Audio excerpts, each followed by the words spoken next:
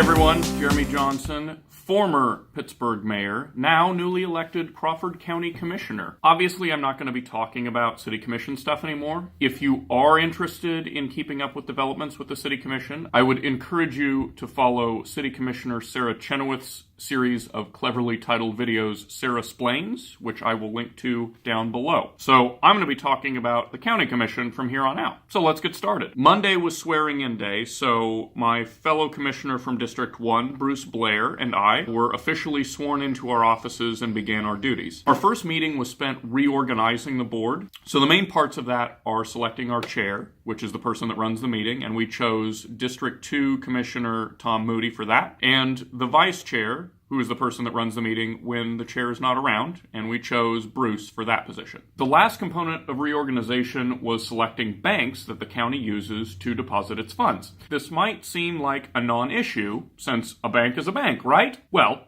I'm here to tell you that not all banks are created equal. The biggest factor is, are they local? And that means not just having a branch here, but being owned locally. The reason for this is that locally owned banks use a larger portion of their assets to give loans to small businesses and farmers. They tend to have lower fees, and they put more back into the community because all of their employees and owners live here in the community. Chain banks, on the other hand, like all chains, tend to siphon money out of the community and into the pockets of out-of-state shareholders and executives. Moreover, big chain banks tend to engage in Wall Street-style speculative trading with their members' money, which again enriches people not in the community. So with public funds, it is incredibly important to do everything we can to increase local impact. The good news is we're largely doing that. 3 of the 5 banks that the county uses to deposit their funds are based out of Girard and have branches throughout the county. And the majority of our most liquid funds, so the ones that do things like cover payroll and keep the lights on, are held in those banks. A couple of new larger banks, Equity and Commerce, were added to the list this year because, as County Treasurer Joe Grisolano explained to us in the meeting, they offer a higher interest rate on longer-term accounts, which is also an important consideration. What is the return on investment with public funds? So of those, according to the Bank Local tool, which is a really awesome tool for seeing the local impact of a given bank, and I will link to it down below. According to Bank Local, Commerce is the only one that engages in any Wall Street-style trading and has an out-of-state headquarters. This is something that I want to continue working with Treasurer Grisolano on moving forward to ensure that we're having the greatest impact that we can locally with our money.